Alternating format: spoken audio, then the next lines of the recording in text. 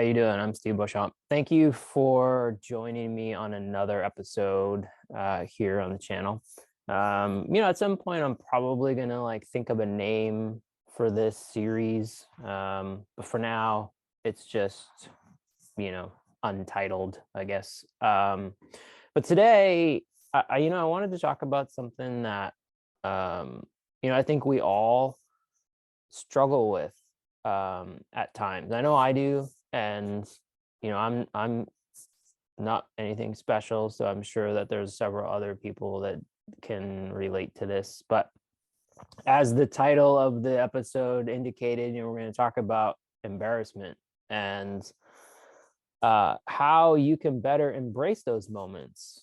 Because we're going to have them. There's going to be those kinds of situations that just happen in our lives. It's inevitable. I think there's going to be moments where you make an assumption, or you think you know the answer, and maybe you did know the answer, but the answer's changed, right? Because things are always changing.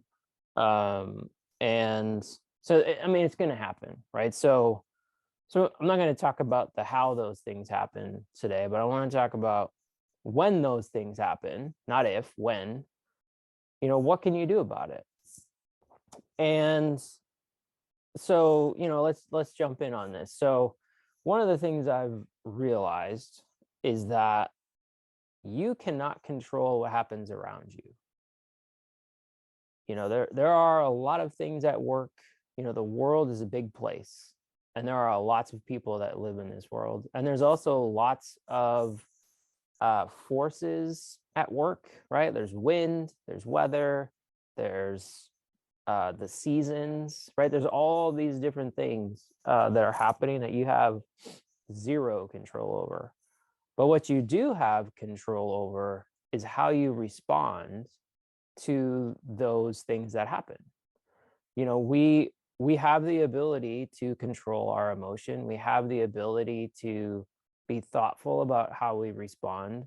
And I believe that when you really start digging into your authentic self, that you find that it's much easier to be able to do this. I used to have a really hard time with responding. I used to react, right? Sometimes I still do. I'm not perfect. I'm still learning how to respond better. But the reality is I am better because I've been working on it, and I've been understanding more about myself and getting in tune with my authentic self, and really trying to live my life from that place. And, when you're able to do that, I believe it's just so much easier to respond in a way that feels good to you, that feels good to others around you, and things that's not going to make you look back on those events thinking, holy shit, why the hell did I respond that way? Because, there are things that we do that we just don't want to do, and we do them anyway, right? We just do them because it's a pattern and a habit and a behavior that we've developed in ourselves. And it comes from how we think about different situations. It comes from how we think about ourselves, because all of those things they're patterned reaction, right? And so you can change the pattern so that it's not a reaction, but a response. You just have to start thinking about putting the work in to really uncovering who your authentic self really is. I believe one of the ways, this isn't the only way, but one of the ways that I've found to be a very helpful way to get in tune with your authentic self is to explore the philosophy of Ikigai. For those of you that don't know, Ikigai is a Japanese philosophy. And it's, the term was developed back in the 1960s. The more like research around it, by a woman by the name of Kamiya Miyako. And she's got a fascinating life story. I'm not going to get into all of that today, but the point I'm trying to make And if you want to know more about Ikigai, there's a couple other episodes in the show notes that I would recommend you go check out. But when you are kind of responding from your authentic self, when you truly understand who you are, it becomes easy. It becomes easy to respond in the way that you want to, because you're really in tune with who you are. And I mean, hopefully that makes sense. And I don't know if this is resonating with you, and this is the kind of thing that you want to know more about. I would encourage you to subscribe to my channel, because I I'm a big nerd for Japanese culture and philosophy, and I believe that there are some philosophies that go back quite a few decades and even centuries of long history of a practice that is proven to be good even in today's day and age. And so I talk about different philosophies on this show. I guess you could call it a show. And so yeah, subscribe, and then you'll be able to see when new episodes come out. All right, so now here's the next piece about embracing embarrassment, right? So when you have those moments of embarrassment, it's really important to not be afraid of it, because when you become afraid of something, we associate fear with being afraid, right? I mean, and that's part of like one of our like core, like fight or flight mechanism, right? So when you're fearful, you're more likely to want to run. Yeah. And so if you can approach it from not being afraid of it, you're not going to trigger that fear response. You're going to sit with it longer. And when you do that, you can then essentially not create an obstacle in front of yourself, right? Because if you're afraid of something and you run from it, now it becomes this thing, right? It's this obstacle now that you're like, oh well, I can't go down this road anymore because this thing happened. And then you start creating something that you're focusing on that you really shouldn't be focusing on, because what you focus on is what you get, right? I mean, this is like the law of attraction. Okay. So my advice, I hesitate to give advice to people that don't want it, but I can tell you from my experience. How about that? So from my experience, if I'm able to not associate fear and being afraid of that embarrassment, I can embrace it.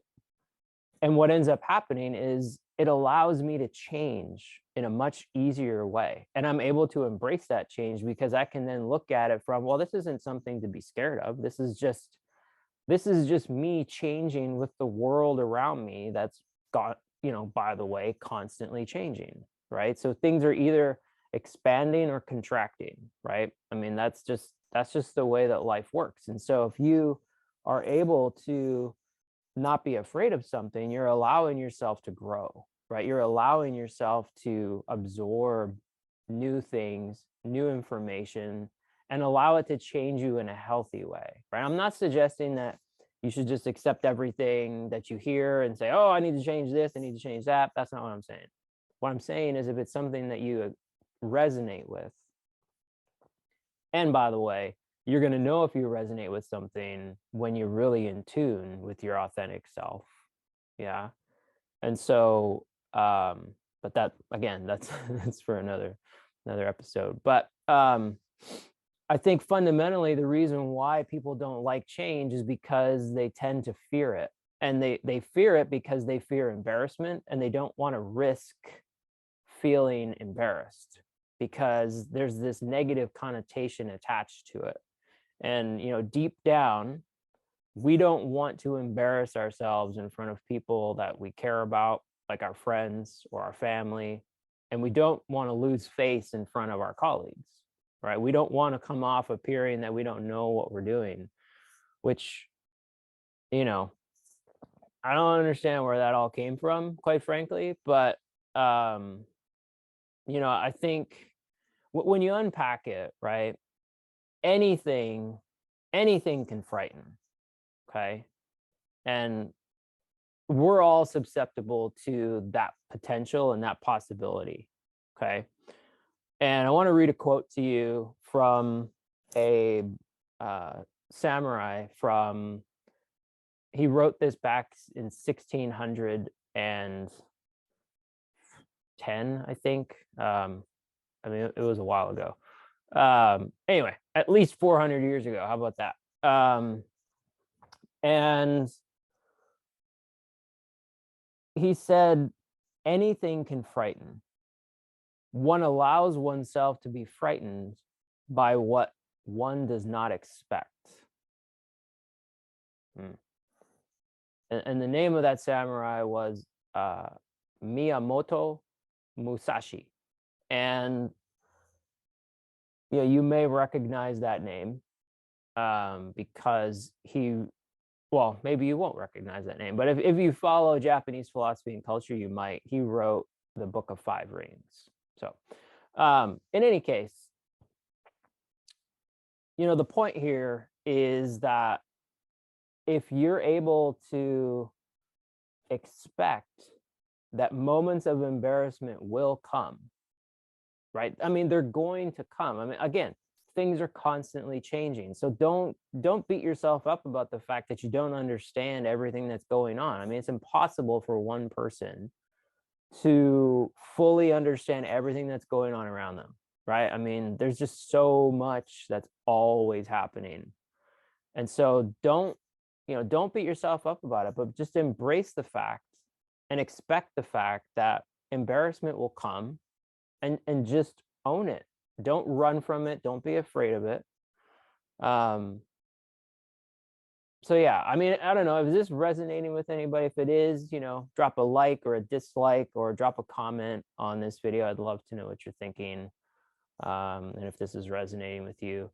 But I wanted to wrap up this conversation by really talking about how you can make those embarrassing moments really work for you and not against you, right? And it kind of ties everything together that I'm talking about, right? It's about practicing how you respond, right? Like really looking inside yourself and evaluating, how am I showing up in different instances, and what is it about those moments where I end up feeling like, really embarrassed and I run the other way? What am I afraid of? And really start unpacking that for yourself, because if you can really get to the root of what you're afraid of, you'll find that it's really not that big of a thing anyway. And so then when you understand what you're afraid of, and you understand you know kind of why you're showing up the way you're showing up, you're then much more able to do some self-reflection on how to really change that piece about you, right? Because then you can start asking yourself questions like, well, how did I show up today? And what am I proud of in how I showed up today? And what am I not proud of in how I showed up today? And knowing what I know now, how would I have done today differently if I had given the opportunity to do it over again, even though I know we can't? But what would I have done differently, right? And really understand that for yourself, and then start thinking, okay, when this happens again, if I'm given another day like this one, right? How am I going to show up differently so that I get a different result? Because Einstein's definition of insanity is doing the same thing over and over again and expecting a different result.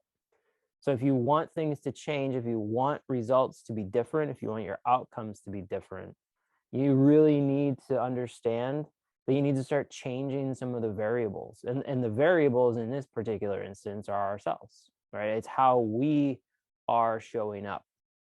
And so that's all I have for you today. Thanks for joining me. And I hope that this resonated with even just one person. I hope that this was meaningful to you. And yeah, I hope you have a wonderful day. I look forward to seeing you on the next episode.